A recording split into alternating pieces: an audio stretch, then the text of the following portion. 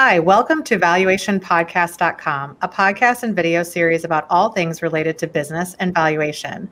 My name is Melissa Gragg, and I'm a company valuation expert in St. Louis, Missouri. During this episode, we'll discuss employee stock ownership plans or ESOP plans as an alternative to selling your business with Melissa Beezhack.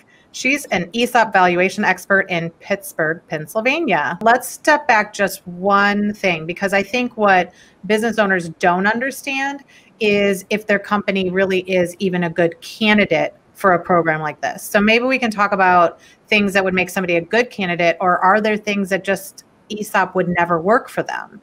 Things like that. Sure. There are places like the NCEO, the National Center for Employee Ownership. They do a great job on their website publishing the types of information basic information on ESOPs that that business owners should be aware of. And they go down through, the typical profile. A couple of things that I was just talking about, definitely you want to consider. You want to, if you're in a business that is way too cyclical, like I said, that can create issues for the ESOP.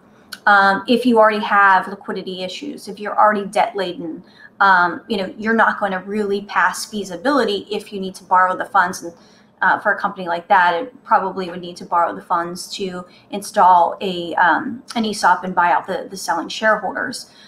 You want to make sure, as I said before, the employee census. You want to take a look at all of your employees that would be eligible to participate in the employee stock ownership plan. And you want to make sure that, you don't have a significant portion of your employee base that, is nearing retirement and could trigger that a little too early on.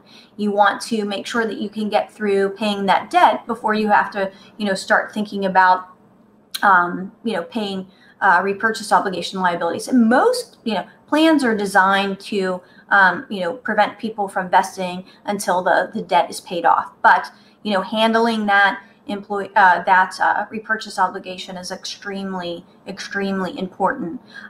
You can't really take a very small business that is dependent on the business owner and transfer that into an ESOP, because an ESOP, you want to have good mid-level management, because eventually you are transitioning that business over to your employees. But one of the benefits of an ESOP is, even if I'm 100% owner of a business and I sell all of it to an ESOP, I can stay around and, ensure that business is going to succeed, groom mid-level management, things like that. But if you don't have, a good mid-level management already, you may not be the best candidate. You may be able to take a couple years to get your company in good financial and then internal shape for that, because it can pronounce itself to become issues later on. The other thing that's extremely important is you have to really understand and embrace the culture of employee ownership, because one of the things that we see is business owners that are really the control freaks, the ones that are involved in everything, and want to have all of this control.